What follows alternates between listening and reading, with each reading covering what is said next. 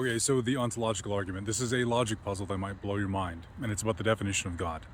So let's define God as the greatest possible being. A being that exists by luck isn't the greatest. A being that could stop existing is still not the greatest. The greatest being would have to be necessary, meaning he exists in all circumstances and can never fail to exist.